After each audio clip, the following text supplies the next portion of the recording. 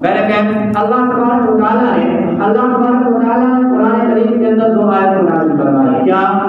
وَلَا تَهِنُوا وَلَا تَحْزَنُوا وَأَنتُمُ الْأَعْلَوْنَ إِن كُنتُم مُّؤْمِنِينَ۔ اور آگے اللہ نے پہلی آیت یہ نازل فرمائی، دوسری آیت کیا عطا فرمائی، ضربت علیہم الذلۃ والمسکنہ۔ پہلی آیت میں بشارت دی گئی، قصہ کہانی میری عادت نہیں ہے، حقیقت کے اوپر بات ہونی چاہیے۔ اور اللہ تبارک و تعالیٰ نے پہلی آیت میں بشارت دیا کہ ان پر ضربت علیہم الذلۃ والمسکنہ، ذلت ہے، قیامت تک کے لیے رسوا ہوں گے۔ گرو ہے میرے اس علاقے پر کہ ہمارے یہاں علماء کا بہت بڑا طبقہ بستا ہے، خوش نصیب ہے وہ علاقہ ہو رہی ہے۔ میرے بڑوں، میرے بزرگوں، وقت کے اوپر گھڑی کے اوپر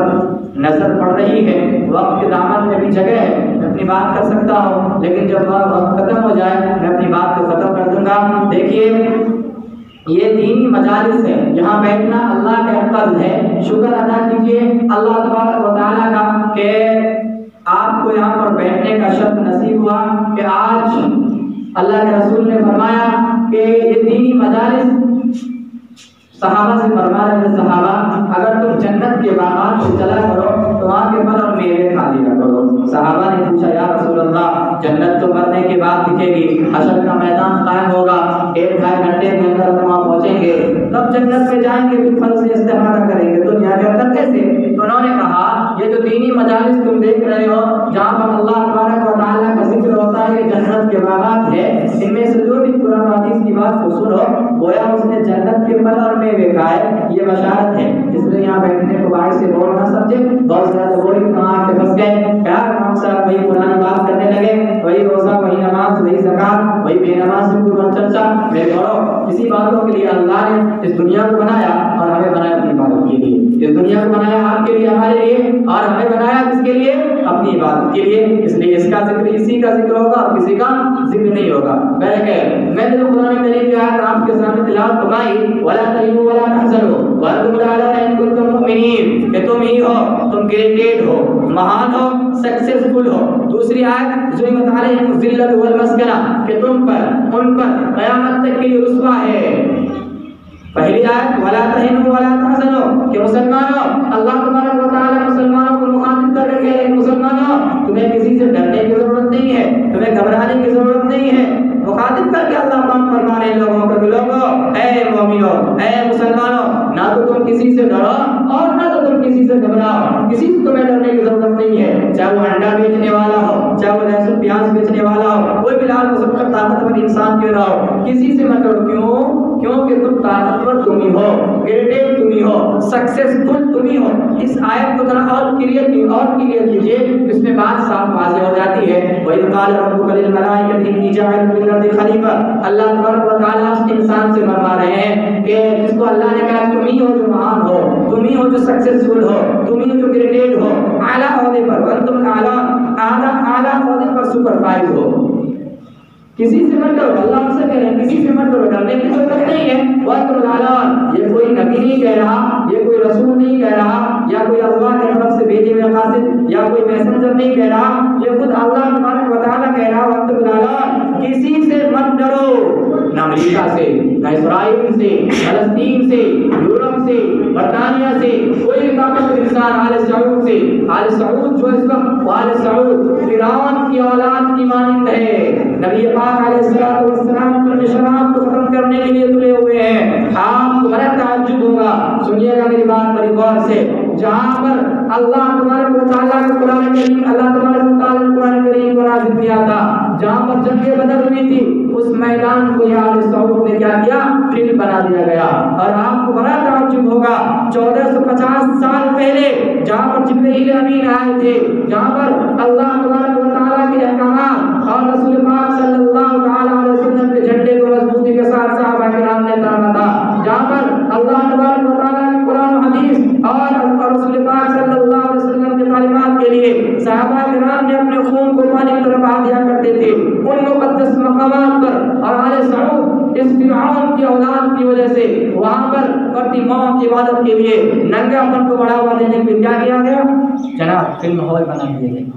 کہاں پر؟ عرب کنٹریز کے اندر۔ اور ننگا پن کو بڑھاوا دینے کے لیے، ننگا پن کو بڑھاوا دینے کے لیے پھر مندر کا تعمیر کر دیا گیا، کس بنیاد پر؟ آل سعود فرقہ پرست لوگوں کی بنیاد پر۔ اس لیے میں کہا کرتا ہوں کسی سے ڈرنے کی ضرورت نہیں ہے، کسی سے مت ڈریے، کیوں زیادہ سے زیادہ کیا ہوگا، اللہ تبارک و تعالیٰ کی وحدانیت کا پرچار کرتے کرتے آپ کی موت آ جائے گی، یا آپ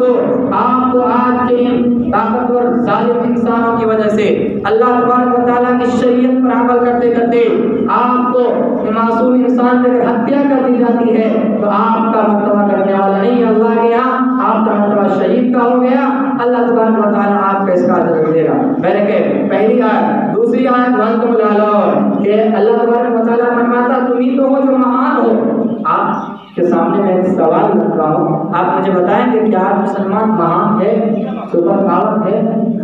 233 کنٹریز کے اندر آپ اٹھا کر دیکھ لیجیے، انسان مسلمان مہان نہیں، کہیں پر بھی اگر انسان مسلمان بستے ہیں سب سے زیادہ ذلت، سب سے زیادہ پریشان، سب سے زیادہ اگر کوئی رسوا کیا جاتا ہے وہ کون ہے؟ وہ مسلمان کون ہے؟ ہمارا آپ نے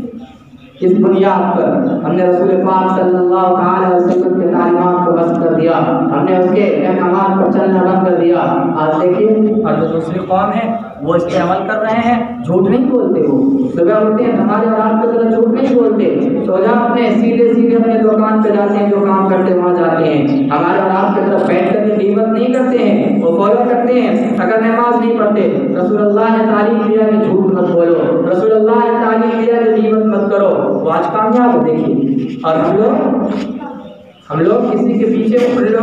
ہم لوگ سب کے پیچھے لگے رہتے ہیں، لیکن وہ لوگ اپنے کام سے کام رکھتے ہیں اور اللہ کے رسول کے طریقے پہ نہیں چلتے، سچ بولتے ہیں، اپنا کام کرتے ہیں، آج وہ کامیاب ہیں اور ہم اور آپ ذلت کے اس گڑھے پہ پہنچ چکے ہیں جہاں سے واپسی بہت مشکل معلوم ہو رہا ہے کہ نہیں ہو رہا میرے بڑوں۔ اس لیے میں آپ کو کہا کرتا ہوں، مجھے کہنے دیجئے کہ میرا اشرف آپ غلط تشریح کر رہے ہیں اس کا، کہ آج میں وہاں کے اعلان کر کے کہتا ہوں، آج نماز چھوڑتے ہیں مسلمان، زکات مسلمان نہیں دیتے، بے پردگی مسلم ماں بہنوں کے اندر ہے، غیبت ایک دوسرے کی مسلمان کرتا ہے، حسد ایک دوسرے کی مسلمان کرتا ہے، چغلخوری مسلمان کرتا ہے، اور اتنے سارے گناہ کرنے کے باوجود بھی کیا آپ وانتم الاعلون کی مقدار بن سکتے ہیں؟ قیامت کی صبح تک نہیں بن سکتے۔ اللہ نے آگے یہ بھی دعویٰ کیا ہے، ان کنتم مؤمنین، یعنی تم پابندی سے نماز پڑھو، تمہارے اندر دیانتداری ہونا چاہیے، تمہارے اندر امانتداری ہونا چاہیے، چاہے کوئی بھی لین دین کا معاملہ ہو، قرآن حدیث کے مطابق ہوگا، وہ اللہ کبھی جھوٹ نہیں بولتا ہے، وانتم الاعلون ہے عام، اور ایسا تھا پہلے صحابہ کرام نے تمام چیزوں کو پر عمل کیا تھا، وہ ان کنتم مؤمنین بنے تھے، 313 تھے جنگ عہد کے موقع پر، صحابہ کرام 313 تھے،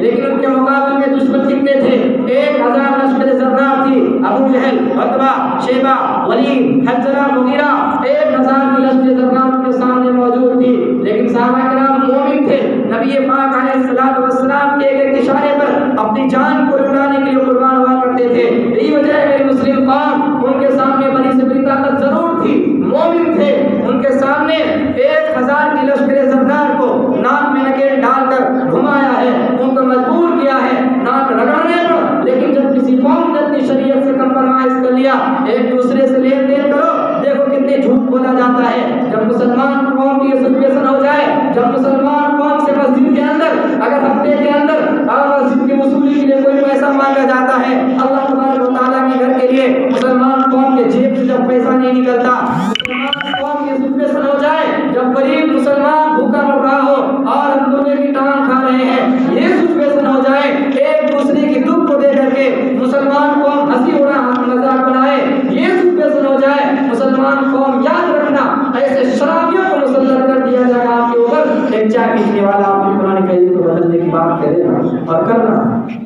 اس لیے میں آپ کو کہتا ہوں، 1 منٹ میں بات ختم کرتا ہوں، اس لیے میں آپ کو کہتا ہوں، آپ کو پیغام دیتا ہوں، آپ کے سامنے ایک سوال کرتا ہوں، چلنا آپ کو ہے میری برو، آپ کو فخر ہونا چاہیے، آپ کو گرو ہونا چاہیے کہ آپ مسلمان ہیں، آپ کے بیچ میں قرآن و سنت ہے، پوری دلیل پوری دعوے کے ساتھ یہ بات کہہ سکتا ہوں، دنیا کے کسی اور کے طریقے پر، دنیا کے کسی اور کو اپنا رول ماڈل مانو گے آپ تو آپ کامیاب نہیں ہو سکتے۔ سکتے نہ اس دھرتی پر، نہ مرنے کے بعد۔ اگر آپ کامیاب ہونا چاہتے ہیں اس دھرتی پر اور مرنے کے بعد بھی، تو آپ کے لیے ضروری ہے کہ آپ قرآن و سنت کے مطابق زندگی گزارو۔ اگر آپ اس دنیا سے محبت کی، دنیا کے اندر کھڑے ہو کر پیشاب کرنے والے کے طریقے کو اگر آپ نے اپنا لیا، ان کو اگر آپ نے نوجوانوں اگر آپ نے ان کو اپنا رول ماڈل مان لیا، تو آپ کامیاب نہیں ہو سکتے، آپ گمراہ ہو جاؤ گے۔ کامیابی آپ کے مقدر میں نہیں ہے، کامیابی آپ کے مقدر میں نہیں ہے، آپ گمراہ ہو جاؤ گے۔ اگر آپ اس دنیا سے محبت کی، دنیا کے اندر شرابیوں سے، کبابیوں سے، فسادیوں سے اگر آپ نے محبت کیا، تو میرے برو آپ کی شریعت کو پلانے کے تحت مکمل طور پر ختم کرنے کی اسکیم چلائی جائے گی، اور یہ اسکیم چلائی جا رہی ہے۔ اس لیے میں آپ کو کہتا ہوں، کل 1450 سال پہلے 313 کے ساتھ یورپ کی طاقت ہو سکتی ہے، ان کلمہ پڑھنے والوں کے ساتھ رب کی مدد آ سکتی ہے، تو آپ کے ساتھ کیوں نہیں آ سکتی؟ اس کے لیے ہمیں کیا کرنا ہوگا؟ ہمیں اپنے ایمان کو مضبوط کرنا ہوگا، اپنے اکابرین کے طریقے کو سامنے رکھتے ہوئے نبی پاک علیہ السلام کی سنت سے محبت کرو۔ موت سے جیتنا چاہتے ہو، دھرتی کے دشمنوں سے مقابلہ کرنا چاہتے ہو، تو اپنے ایمان کو مضبوط کرو۔ اگر آپ نے اپنے ایمان کو کمزور کر لیا، میں اس ممبر سے اور اس مسجد سے آپ کو گواہ بنا کر کے کہہ دیتا ہوں، اگر آپ نے اپنے ایمان کو کمزور کر لیا، قسم کھا کر کے کہتا ہوں، آپ کا نام و نشان مٹا دیا جائے گا۔ رب کی پیشن گوئی قرآن کریم کے اندر ہے، رب کی پیشن گوئی قرآن کریم کے اندر ہے۔ اللہ نے کہا، یا ایھا الذین آمنوا من یرتد منکم عن دینہ، اگر تم دین سے روگردانی کرو گے، دین سے پشت پناہی کرو گے، کوئی تبلیغی جماعت کا امیر آئے بلائے اگر بھاگ جاؤ گے، تو یاد رکھ لینا تمہارا نام و نشان مٹا دیا جائے گا۔ اللہ تبارک و تعالیٰ نے فرمایا، یا ایھا الذین آمنوا من یرتد منکم عن دینہ، دین سے بھاگو گے تمہارا نام و نشان مٹا دیا جائے گا۔ اس لیے میرے برو تمام لوگوں کو مخاطب کر کے یہ پیغام دے دینا چاہتا ہوں، نوجوانوں، نام کا مسلمان مت بنو، نبی کی شریعت پر مر مٹنا سیکھو، نبی کی شریعت کو اپنی زندگی کا حصہ